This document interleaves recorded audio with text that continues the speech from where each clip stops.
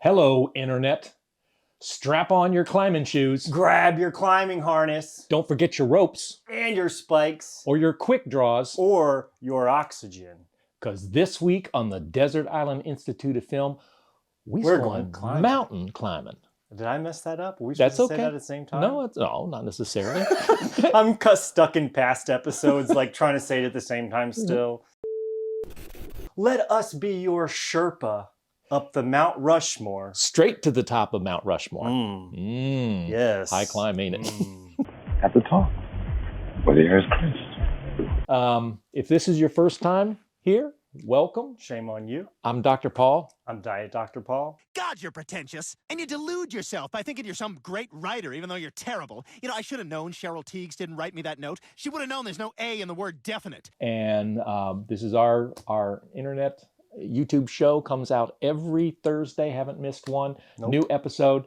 It's simple. We just talk about movies. We have fun doing it. Same way you do it with your friends, your family, whatever. Sports? No. Movies? No. Hiking? No. Cars? No. Porn? Yes! Ultimately, our goal is to turn you on to something new and exciting. And that probably means for your generation, you're going to be turning people, my generation, on to something new. And I'm going to be trying to turn people of your generation on, because we really do have drastically different differences. Absolutely. Yeah. Said it. Why are we going to Mount Rushmore? Today we're going to Mount Rushmore because we've already done a lot of horror stuff. This time we're going to do the Mount Rushmore of sci-fi movies. Just movies. No people, no places, no things. Gotcha. And that's 4. Now, you mentioned horror. What's the difference between horror and sci-fi? Well, sci-fi, I think this was a much harder one, first of all, I think, because there is a lot of like great horror, or not great horror, great sci-fi stuff. That have It's at the horrific elements. pinnacle, well, anything. Yeah.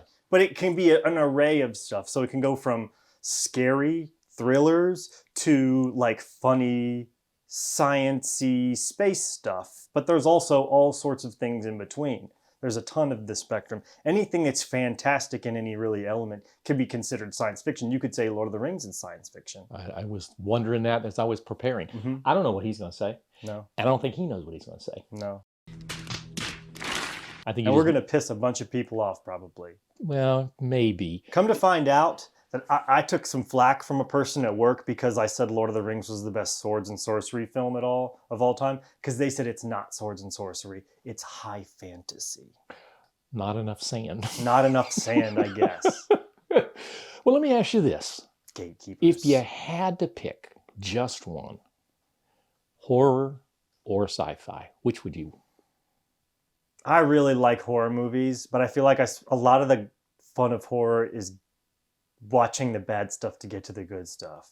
I feel like there's more science fiction that's just of like that you would put at all-time classics. There's probably more science fiction movies, more eclectic than the horror spectrum. So I may actually say science fiction because of that. If I'm like only going to be able to watch one for the rest of my life, it may be that.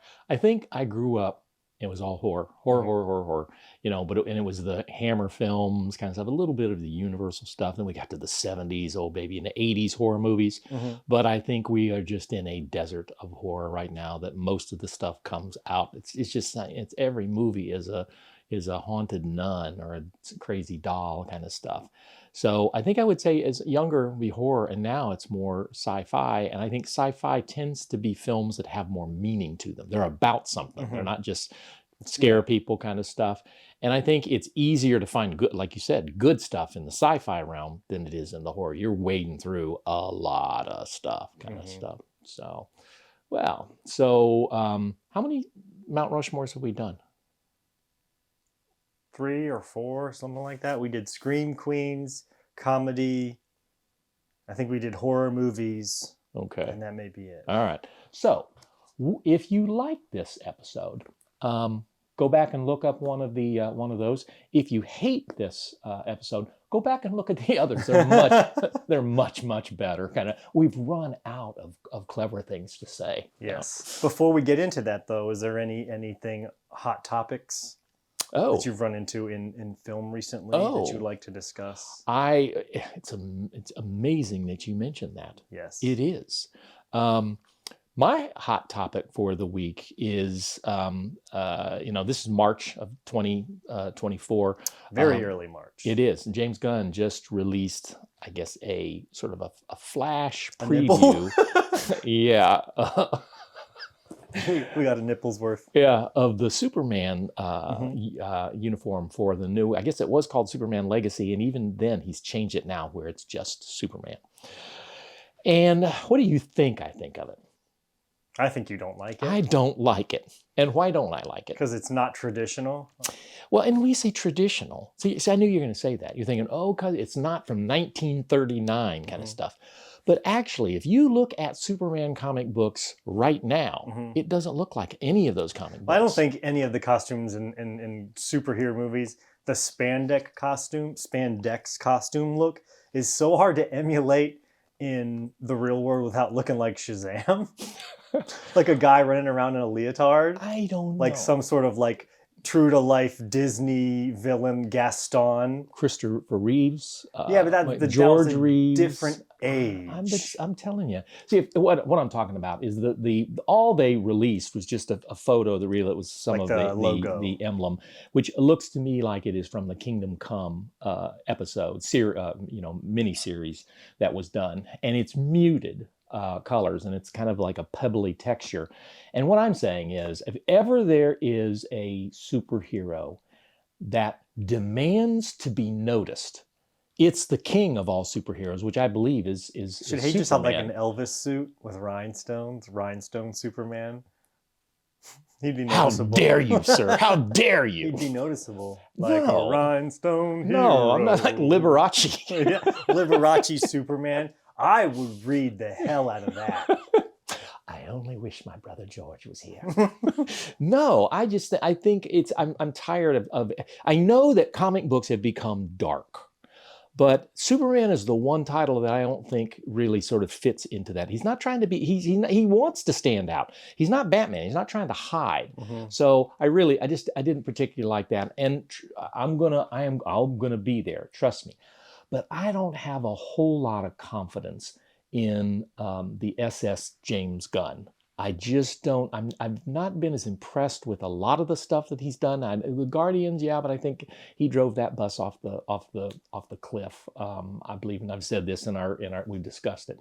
So yeah, it was exciting to see this guy. I guess it's not going to come until 2025, so I hope I'm still around to see that. You and me will be there, and we will do a quick hot release of this afterwards. But you know what's strange about all this? What? Is the internet says the opposite. They say that it is traditional and that it's a harken back to the way Superman should look, and that's why it's incendiary is because of that. And you're over here like, no, I don't like it because it's not the real Superman, which is just funny. Well, let me tell you. It shows you the difference in expectation. Well, let me tell you something. Did you see? Have you seen the thing? All right. The origin. Okay. It's time for a history lesson, boys and girls. It means hope. Hold on. It means hope. I don't know what that means. Butthole mouth Superman from Justice League. I don't even know what that means. See, I don't remember the beginning of the Justice League movie, the really poor CGI where they would remove his beard? Yeah. You remember what he looked like? Yeah. How stupid it is? It looks like he's talking through a butthole. He's doing this like right here. Clutch cargo. Yeah. Okay. Butterfly kiss. I digest. The origin of Superman's costume. It actually is devised from the blanket that he was swaddled in the rocket ship that came from Krypton to the U.S. And Ma Kent, because it's invincible, it cannot be. She took it apart thread by thread and rewove it into his costume. Now, looking at that thing from James Gunn, would you put a blanket of that texture around an infant? I wouldn't. No. No. But I also wouldn't line the inside of a spaceship with a baby blanket.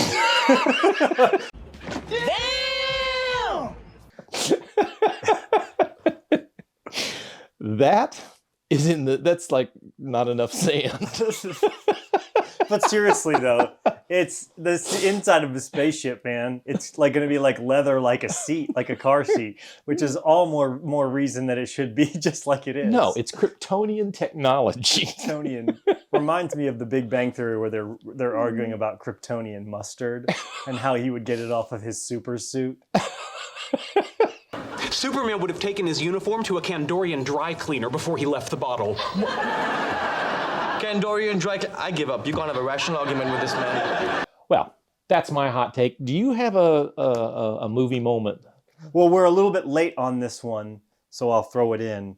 But they finally released the Borderlands trailer.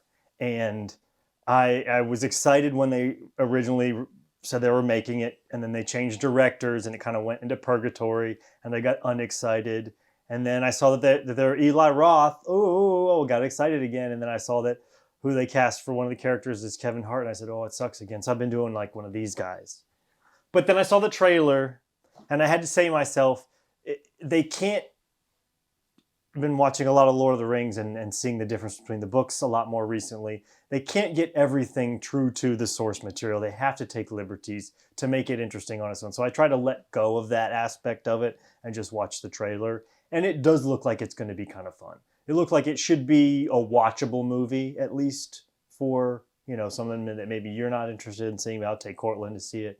And I'm sure he'll enjoy it for what it's worth. But it should be a watchable film. I'm not familiar with the game. I know and even video games in general. I think maybe your generation a little bit more enamored with that. My generation even more than me, though. I'm not as big as a lot of people. And who's the star of Borderlands? Well, it looks like it's what's her face?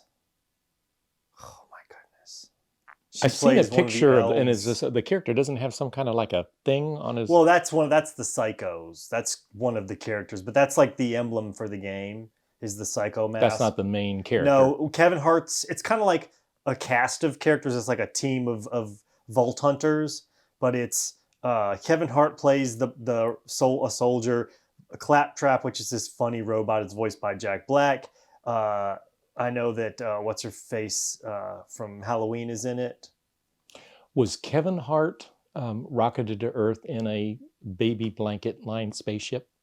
No. So I wish they would rocket him to Earth off of Pandora and out of that movie though, because he's supposed to be Roland, and Roland is not a small, funny man. He is a large, dry, humored man. But they said the same thing when Batman came out, and and Tim Burton's vision for that, and they cast Michael Keaton, and people lost they had kittens. Like, oh no, Batman's not a comedy kind of stuff. They're afraid it was going to be the '60s, and he helped it turn more. Well, this is supposed to be funny and gory and over the top, but he's not funny at all, which he's like one of the more grounded characters in the entirety of the story, which is just, I think, weird and upsetting to a lot of people that he is. And I still can't think of the chick's name. She played opposite of Brad Pitt in Benjamin Button.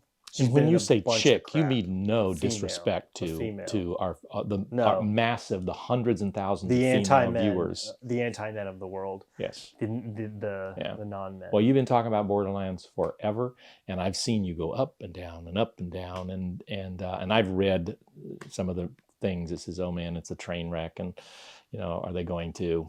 Do you think it's going to be better than Madam Web? Stop it. Get some help. Absolutely. Okay. I think it's going to be, when you look back at it, I think it'll be a movie that will surprise people by how it is. It's kind of like, I can't remember the rating on it, but I think it's going to be like, if you're fans of like Deadpool, this is the type of stuff that you'll like. Gotcha. But it's not going to be as good as Deadpool. Gotcha. Well, that's the news that's fit to print. Except I don't think that people even read printed news anymore. No. So. All right. Holla, holla. Holla fodala. All right. Do you want to go first? Well, let me ask you this. And I'm doing those sort of in order of mine in terms of, the four heads. Four. Right. But I'm going to start with number four. One would be the number, like the first top guy. What would you say? What are you going to predict the overlap? I think that there is a universe that I made slightly different decisions where we could have the same exact four in the same exact order. There are so many classic films that deserve to be mentioned in this that simply won't even get mentioned. Well, if we ever get out of this alive, let's go back to New York on the train together. All right? Is that a proposition? Well, I'll go first then. My number 4, Steven Spielberg's Close Encounters of the Third Kind. See, there's another one. Right? That's one that I won't mention, but is a film that is worth mentioning, if that makes sense. What's interesting is, in many ways, this came out in 1977. In many ways, 1977 is the renaissance of science fiction in the United States. Baby. I mean, if you think about, because you had that same year, you had Star Wars, you had Superman that came out, Star Trek, and just a couple of months later, you had the reboot of Invasion of the Body Snatchers. It is, Close Encounters was a visual feast, but unlike a lot of movies that we have today, it's almost like you gave, that they created this wonderful vehicle. And today, kids get the keys to that vehicle. They just because you know how to drive doesn't mean you know where to go. And I think I said that in my failed mayoral campaign. I don't know if you remember that. That I think sometimes it's the visual feast is all there. It's like junk food. It looks pretty, but there's nothing nutritious. And this was a movie it's like breakfast cereal for kids. Yeah, but you had to work with it a little bit. Like, where's it going, and what does it mean? And the score is iconic. The casting is iconic. And you think about sort of the relationship. If you had a double feature between Close Encounters and E.T., both Spielberg films, it's kind of like sort of looking at a way of viewing aliens that was a little bit different than what we used to. And I've gone back and forth and back and forth. There are so many, like you said earlier, high quality, iconic sci-fi films.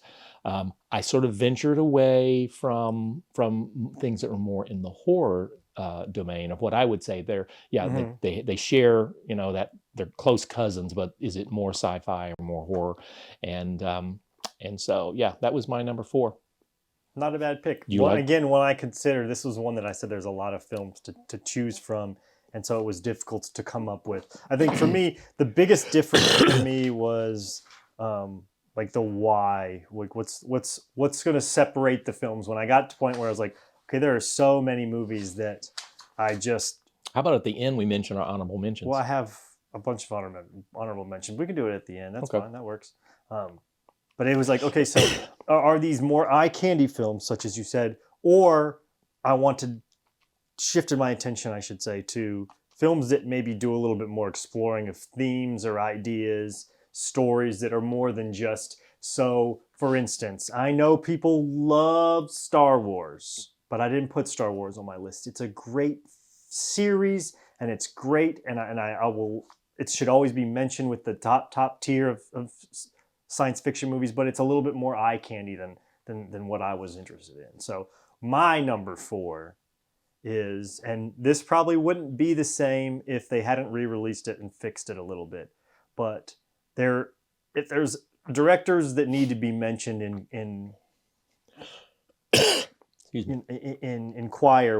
concert with Sci-Fi, Mount Rushmore, and James Cameron's one of them. You got to mention a James Cameron movie, and I thought The Abyss was what was my selection for number 4. It's got the sort of the fantasy elements to it. There's the wonder elements of it. There is sort of some of the thriller aspect of it there, but it deals with an alien idea on Earth, which I think is just, it's really creepy, but it's kind of awe-inspiring at times, especially now that they fixed it. Well casted, well directed. It's a long movie, which I think helps sci-fi movies when you can explore the story. And it could have been 4 James Cameron movies on there, if you ask me, and I don't think I could have argued with you. But this, for me, is his magnum opus. You know what's interesting about it is, for me, and I think it's a great film, that it it added something different, something new, and some of it was visually, but the location, the fact that it was under the ocean was just, it never, I mean, I say it had never been done. Haven't seen every movie. We're not experts kind of stuff. He's certainly been trained more in film than I have. And so there may have well been other sci-fi movies where aliens were underwater, but this was the first that I was familiar with. The digital effects that were coming into age at that point, with when it's made of water and it's going through the thing that was just kind of, oh my goodness, and it looked so good. It's the same thing with like Terminator when you start Terminator 2, I think was, yeah. So it was something that was new that a lot of directors with less skill would have just simply relied on that, but they did a whole lot more. And there was tension in it. The music in it is wonderful. Filmed in South Carolina. I don't know if you know that. I liken its production to Lord of the Rings because we watched a lot of the special features for that sucker, and man, they really went for it with that. They were like those tanks that they were, doing those underwater scenes really underwater. And I think that's more impressive. I meant to mention this when I was talking about James Cameron. Here's 6 films in a row that he dropped. All right, in order: Terminator, 1984; Aliens, 1986; The Abyss, 89; T2: Judgment Day, 1991; True Lies, 1994; and Titanic in 1997. Those are all classic science fiction films. True Lies, obviously, is the one that maybe sticks out as more of an action movie. But that's 6 bangers in a row. How is Titanic sci-fi? It has a lot of the sci-fi elements to it, which is why I lumped it in there. There's the special effects. It's a big budget film. And I'm just talking about for those films to be in a row, and it's a heck of a run. I think maybe the difference, I like every single one of those movies that you like, that you just mentioned there. Maybe Titanic didn't hold up as well for me.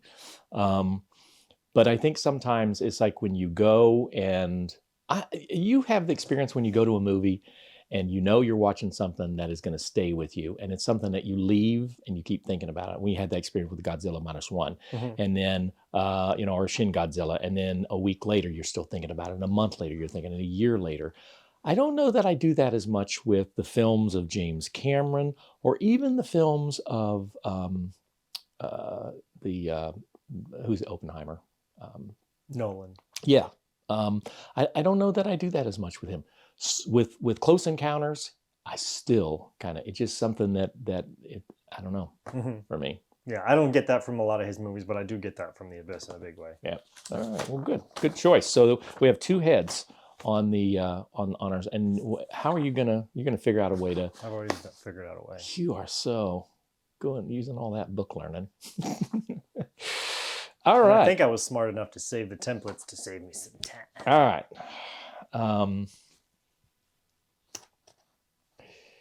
Number 3. The Day the Earth Stood Still. Keanu Reeves is so good in that. Ooh. I'm not going to slap myself because you're always telling me I mess with my mic. Actually, though, I do think this guilty pleasure of mine is that version of that movie. Oh, yeah? It's a guilty pleasure. Yeah, it's not a good movie. Take Jaden Smith out of it and it's real watchable. Not to cut you off in your moment. No. 1951. Now, you have to understand that the 50s was a dark time in movies and in American culture, and it was it was the Cold War. It's like, you've seen photos before of kids underneath their drop and roll under the desk kind of stuff, or if a nuclear bomb, it's this distrust that we're going to get bombed and all this kind of stuff. And I think that metaphor plays out in a lot of science fiction films. It's like, that it's those people are coming to get us. In other words, science fiction is us versus them. And what this is really sort of that the aliens are not our enemy. The aliens are, it's same thing with E.T. and Close Encounters, that here was an alien that came to Earth to say, folks, you need to get your act together, right? That you're going to annihilate this planet. Klaatu. And so it's not War of the Worlds, it's war of the get your act together while you still have a planet. And that was unusual and that was different. It is, it's brilliantly shot. It is, it's well acted. I think the robot design is completely iconic. Again, I just think it's a seminal film that is, it's black and white, which, yeah, there's no subtitles though. Oh, We joke about this all the time that there's a certain cohort of folks that if it's got subtitles, they won't watch it, or it's black and white. And the worst thing would be a black and white film with subtitles. nobody watching that. Yeah, but I think you're really going to miss out on some of the best movies that have ever been put on the screen. But yep, this was an easy one for me. It is a very iconic. Even if you've never seen the film, you've seen the artwork because they use it all the time. The big metal robot guy, they use the artwork from that. It is very, very much. Yeah, I would agree. Not my favorite movie, but I can't argue with you. Well, it's not flashy and big special effects, and it's slower, which again, I think how many times have I said on this? I think MTV ruined film because of this whole generation of people. Psychology ruined film. It's like it's the flash editing. Well, then why did we the do that though? Because that's what's appealing to the human brain. Because it came out of music videos. If you But goes it's back what's to appealing- 1965 with the Beatles and Help, which I just But watched, but it's appealing to the human brain because It's we have no attention span. I have a human brain, Yeah. and my human brain can easily sit and watch a film where you sit the camera up, and 20 minutes the camera doesn't Well, nobody's move. saying that's not true, but the average human brain does. That's why they market to that. That's the whole point. I think we need another invasion. I think just not 10 minutes ago you just said he knows so much more than me. Why can't we just stop at that? That was number 3, so my That it number was. 3. Was that? Yes, it is that was. Okay. All right. Numero Trace. All right. Now, a lot of people would probably put this at number 1, and I'll be honest with you, I wanted to not put it on my list at all, but I know what you're going to say. it's the GOAT, and I had to, and I'm sorry that I'm telling you, I wanted to not put it on here, but it's that strong, and that is 2001: A Space Odyssey from Stanley Kubrick. It is the grandfather. It's the GOAT of science fiction films for a reason. It was not the first of its kind, but it's, to me, the real first serious science fiction film that was just above the flashing lights. And I remember you telling me about the movie before I'd ever seen it, and talking about the baby in the end, and it makes no flipping sense, and how it means IBM and all this other stuff.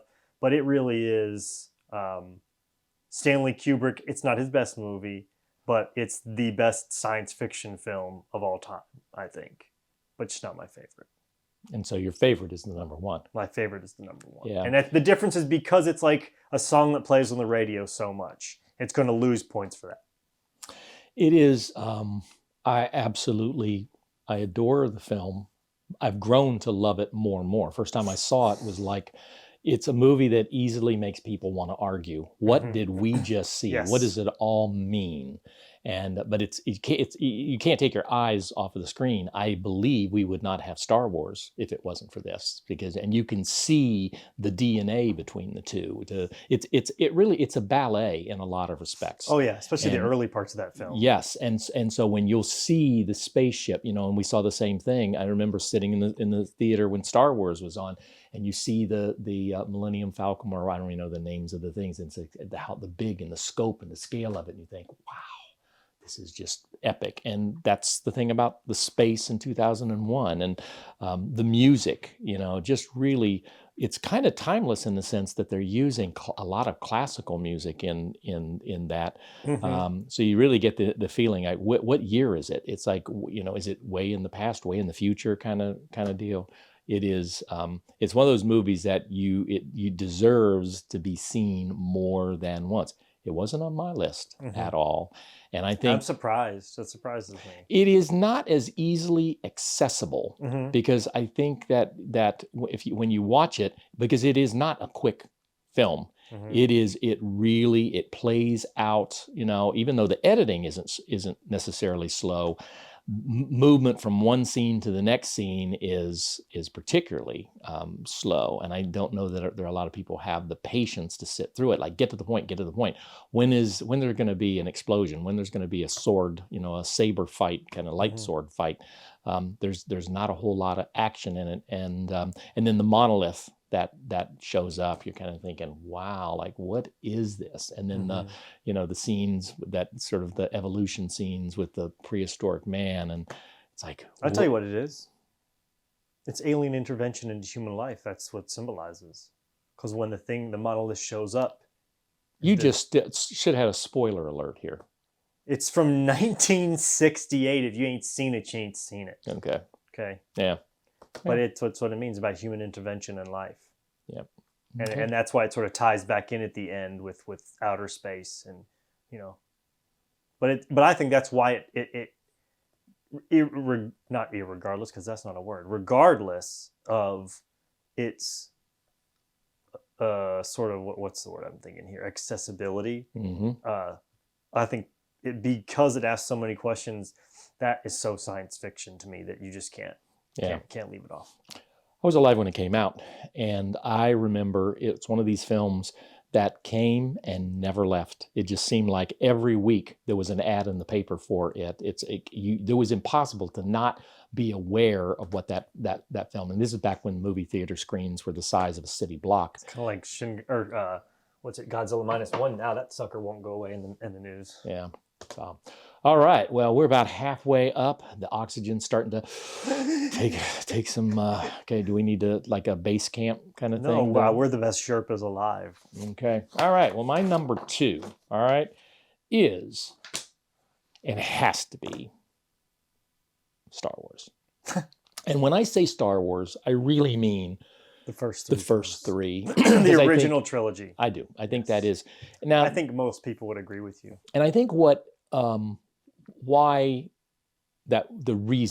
one of the reasons, is understanding, again, putting it in historical context.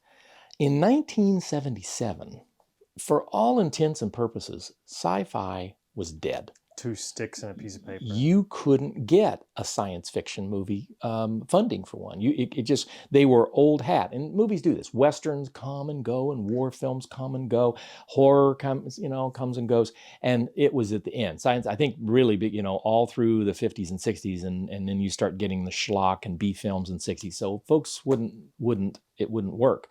And then I remember seeing, I think it was Time magazine, and it was the cover story of Time magazine, and they're saying, this is absolutely something that you've never seen before.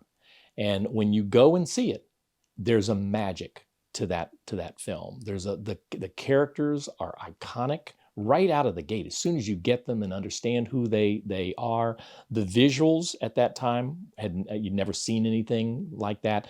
And there was this callback to 2001. You saw it, but it felt more to me like, Indiana Jones was in some ways a reflection of movie serials that back in the 30s and 40s, that you'd go to a movie and they would have a short, maybe 12-minute film that had a cliffhanger at the end, and it'd make you want to go back the next week to see the next one. And if you went enough, you would see the entire story arc.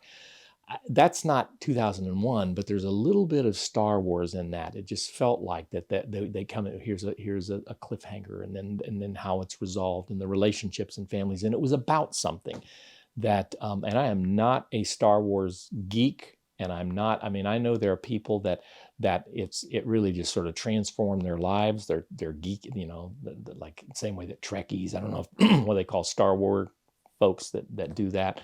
Nerds. No, I don't know that I would, but I just think that at least one of us had to put that on the. I was gonna say that exact thing. There was it. I'm glad that we've not had any overlap yet, because it allows us to cover more, and I'm glad you said that. Yeah, I don't think we're gonna have any overlap then. I don't think so either. So I am terrified. Okay. Completely terrified of what your next 2 films are going to be. Well, I couldn't leave this one off. It was impossible at this point. I know. Especially to make what is it? What is it? Say what it is. Alien. Nope. Not on my list. Left it off my list. All right. Schindler's Hold List. on a second. I got to pick a new one. Just kidding. All right. So it's all about getting some eclectic pickup here, too. I don't want 4 of the same movies on here. So, number 2, for me, 1993's Jurassic Park. Steven Spielberg's magnum opus, not whatever the crap you said for your first film was. What was it? Aliens 2 or something like that? My first film? Yeah, what was it? Something really dumb. No, it was Close Yeah, Encounters. yeah, I know what it was. I just was hoping you would say it because it's yours. But anyway, Jurassic Park. It's aliens from the past. It's the best. It's everything a science fiction movie asks. It's the what if scenario. What would happen if somebody had dinosaurs on an island? Okay, sounds like a third grader's dream journal, and I'm so there for it. That alone would have made it a classic, but the fact that it's actually a good movie it adds to the layer. And then it's also, you have the element of the special effects. It's sort of like a new height in special effects. And the T-Rex scene in the rain is still a standard by which movies should be made. Plain and simple. Beautifully casted, beautifully written, beautifully shot, perfect director for it. The fact that it's a book, I think, actually helps get something good to the screen and not a pile of mess. But I don't know how you leave it off your list. I honestly wish there was 7 or 8 heads on Mount Rushmore. On this one, there almost needs to be. Yeah. I 100% agree with you. There was something magical about sitting in the movie theater, and in the same way the characters, you remember the scene where they see the dinosaur and he turns her head, and that was everybody in the theater. It's like when Superman, and again, 1977, when Superman came out, their whole thing, you will believe a man can fly. And when you're sitting in the theater and you see him, and it doesn't look like there's any wires hanging, it doesn't look like it's green screen kind of stuff, you think, oh my goodness, that really is amazing. And the same way, growing up with the Ray Harryhausen, and I love Ray Harryhausen and stop action and dinosaurs, and then the other thing is they would take real lizards and glue things to them and make them look like that. Huge, the weirdest dinosaurs on Earth. And to see this and to think this is what dinosaurs could possibly look like, and a great story. It wasn't just about let's traipse out the dinosaurs and have them fight. You knew there had to be a T-Rex. You knew, and different versions. And the worst thing about it is they got to have some kids in there, which I know that it's kind of like in comic books growing up. You had to have a Robin or something, a kid, so that kids could identify with that.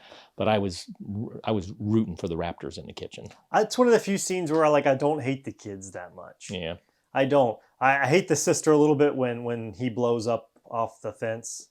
Spoiler alert, even though it's from 1993. But it's got everything. It's funny. It's charming. It's got the romance element. Will they, won't they? It's got giant mounds of poop. It's got dead dinosaurs. Yeah. It's got everything. It's got Samuel Jackson in it. Last night at church, they actually talked about Jurassic Park, and they talked about the scene where the guy, the lawyer, sort of leaves them and goes to the bathroom, and of course he gets eaten off the toilet seat. Classic. And then they fall, and the guy, shinnies down the limb and gets her, and she's like, he left us, and he grabs her and he says, but I won't.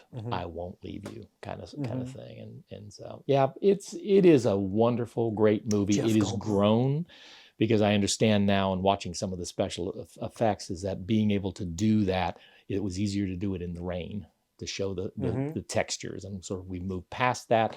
Do you think that any of the Jurassic Park films have surpassed the first one?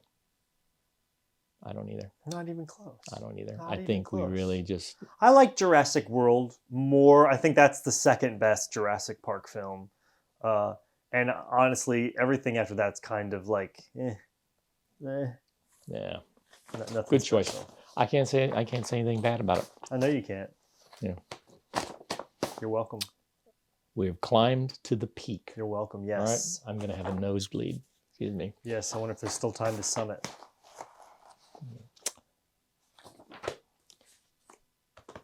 Number 1. The greatest sci-fi film ever made. 2022 and 2024. Dune. Oh. I hate that you picked that. Why did you hate that? I'm just kidding. I don't hate it. Well, I knew you were going to pick that, and I don't know why it even took me that long to think of it. well, of course, this is fresh Yeah. because we just saw. Have you seen it? You didn't see it again, right? You didn't go see it again. How would I do I that? don't know. Go see it again. No, I'm not. You don't do anything. You're the laziest person on earth. You must think I print money in the basement. When it costs you, I mean, Sarah, we can't go to the movie for less than $50. Is that why you didn't get popcorn? No, I'm fasting. No, I just there's something I watched. Oh no, it's not. There's no. We saw the first one. I saw it twice. Saw it in the theater once, and then I purchased it and rewatched it the day before we went. Saw the first feature. Saw that too. By the time I left the theater, I said I can't wait till the third one comes out because I believe that arc will solidify. So let's just say that they are starting to carve Mount Rushmore, and it won't be finished until 2026 when it comes out. But it is in the same way that there was the magic of Star Wars, that when you're seeing it, in the same way, and you say the same thing about Close Encounters or Jurassic Park, there's a magic to it. I believe it was exactly for me, those two films, and it was about something. And I love them. They deserve to be seen again and again. And I believe that I am acting here as a prophet, that they will go down in history as being, how these things change. One year, Citizen Kane is the greatest movie, and the next year it's Vertigo or whatever. I think that there will be jockey, but it will always be in play for the greatest. It's sad that if you think that's the case. It's just a hollow movie to me. Yeah, it's pretty to look at, but I don't get that. It doesn't make my hair stand up on my neck. I don't get excited. I don't get amped up during the scenes. I don't know what it is about it particularly. But I would much rather watch Lord of the Rings if I want to see something on a grand scale and be entertained for twice as long. Could it be that you lack, let's say, the intellectual acumen to fully grasp the film? I think it's more of the anti-disestablishmentarianism. I have a friend, a really close friend, that I just think sometimes he watches movies and he hates them. He hated Oppenheimer. He hated the 17 and nonlinear storytelling. And I really think it's just because he's not. He can't grasp it. He's not in the world of thought, because I think you need to. There's some movies that it's an amusement park ride. You don't have to think about it. Just strap yourself in, go down the things. There's others that you have to bring your like 2001: Space Odyssey. You have to bring something and analyze and think, and it's an experiential thing. I think that's with. But I don't think I don't. It didn't. I'm not saying you're dumber than a bag of hammers. But there's nothing about it to me that is difficult to understand. It's a pretty straightforward story to me. Well, we've been doing this forever, and I'm surprised. It's like a weird Romeo and Juliet. It's like Romeo and Juliet meets the Odyssey, but it's like there's no originality to it. You can only show me these beautiful scenes. Like I don't see the difference between this and Blade Runner 2047. I don't see a difference. I see more of a story in it, something that was more magical, something that takes away, that thinks about it, want to see it again. There's the spice. There is the emperor or whatever. There. I mean, again, you can tell that this came from a book, and that is one of the most revered and loved science fiction books of all time. I think it's right up there with Tolkien's. No. Yeah. Not a chance. Well, that's a slap in the face to anybody who actually knows how to read and write. Here, my problem too is now everybody's saying how good it is. No. Well, nobody had to tell me that I didn't get my opinion because I saw it on Rotten Tomatoes. God, whatever. It was 95% before anybody saw it. But okay. So what is your number one? Oh, Grand My Poobah. number one is the real Elevate best us. movie real Inform best us. science fiction film ever made. And that would be 1971's A Clockwork Orange. Stanley Kubrick bossa nova over here. This could have been 2 Cameron films and 2 Kubrick films. Really could have been, right? Kirk Cameron films. No. But this is simply, without a doubt, the best science fiction film ever made. Any way you want to slice what it means to be a science fiction film, and this thing is sort of the definition of that purpose. And there's just no way to slice it. It's just anything you say is wrong. So trying to say something at all about it in a negative light just makes you look silly. See what I did there? Allow me. I read the book. I did. Back in high school, me and my droogs. It is a great film, and it really is, and it's typical Kubrick. In the same way, this distinction between horror and sci-fi, and I kind of see less science and I see more fiction in this, and that's why I didn't I didn't go with it. Of course. Of course. What? Of course. Well, how interesting. Tell me more.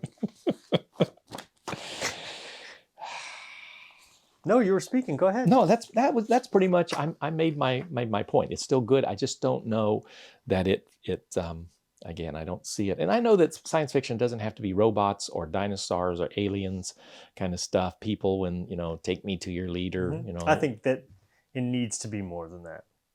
Yeah. Oh yeah. I really thought that Lost in Space would be yours. Any honorable mentions for you? Well, yeah, I did, and actually, it's obviously Arrival, which is that was close for me. Breathtaking movie that I remember when we saw it, thinking we've just seen something that is transformative. It's interesting. I've only seen that one time, and how if I normally I thought we went and saw it twice. Saw it once. And unless my memory, but maybe I thought we saw it twice. I really thought we saw it twice. Maybe we did. Okay, I have all Alzheimer's. Maybe I'm remembering a different movie, but I swore saw Shin twice. I know we did that, but I could have swore we saw that one twice too. I didn't see it again because I thought this is a movie I want to own, and I'm waiting and waiting and waiting. And then by the time and of course you bought it for me. I did? Oh, I don't. Okay. Well, I should borrow that kind of stuff. But I had that, Godzilla -1, Shin Godzilla, Alien, E.T. 2001, Superman, Invasion of the Body Snatchers. Those were my my honorable mentions. I had some that for me, obviously, Back to the Future was really difficult to leave off. War for Planet of the Apes, The Matrix, E.T., Alien, Star Wars. This is one that I don't think gets enough love, and I think should, or two movies that should get more love, District 9 and Children of Men. And then someone has to mention Metropolis, which is sort of like the beginning. That, or what's the one about the going to the moon? There's another silent film. The very first one. Going like a voyage to the moon or something like that. Those deserve to be maybe mentioned. I've never seen. I guess I saw clips from and I've tried to watch Metropolis. I know it is beloved, and I think I got about halfway through it, and not that I had stopped because I didn't like it, but it was one of those. I'll come back to it, and then it just gets. Well, there's more than one version of it now. There's like a cartoon, like anime version of it that's supposed to be pretty spot on, but I don't know. Yeah. I love silent film. You know that. So, and I think so. There are people saying, "Oh my goodness, what's worse, subtitles, black and white, or silence? Oh, kill me now." No! God, please, no! No! No! No! On our show, we've talked about silent film, and they've been some of the best movies that, at least I don't know that you've ever had them on any of your lists. So no. All right. No. Well, this is me not making that mouth noise that you say that I make. You didn't make it once this entire episode.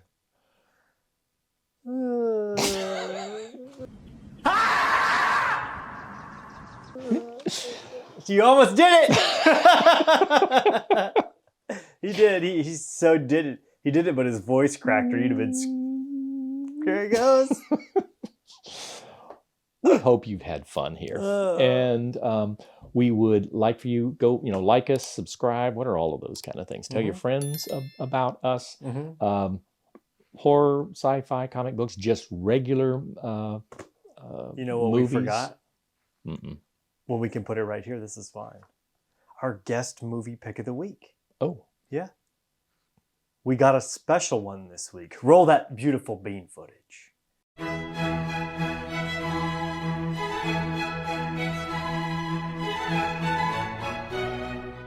Hello, it's me, Barack Obama, former president of the United States of America. And I'm here to pick a movie for you. Yes, I am. A sci-fi movie. The movie I'm picking is it's a film called Serenity. It's based off the show Firefly. Good show. Yes, it is. You can watch it. Yes, you can. And you can enjoy it. Yes, you will. It's a good show. Joss Whedon. Good show. Thank you. They're not gonna see this coming. Let's be bad guys. wasn't that special, boys and girls. So go watch that. It's a good one. Yeah. Go back and watch our pilot episode and see how fast we've grown and aged. And, you know, guys, he's been working out, so you can probably see the rippling biceps, all that kind of stuff that's there. But we enjoy this. We have fun. We hope you had fun. And please come back, tell your friends about us. And we're interested in your impressions. I'm especially interested, is there films that we didn't mention at all, including our honorable mentions, that you think we missed the boat and would have been on your Mount Rushmore? Give us your ideas for future topics. We love to. There's definitely a bunch of them on here that we missed, I'm Yeah. sure. Oh yeah. It was harder to do than horror, I think. There's a lot of big ones. Yeah. Yeah. So we'll see you at the movies. Yes.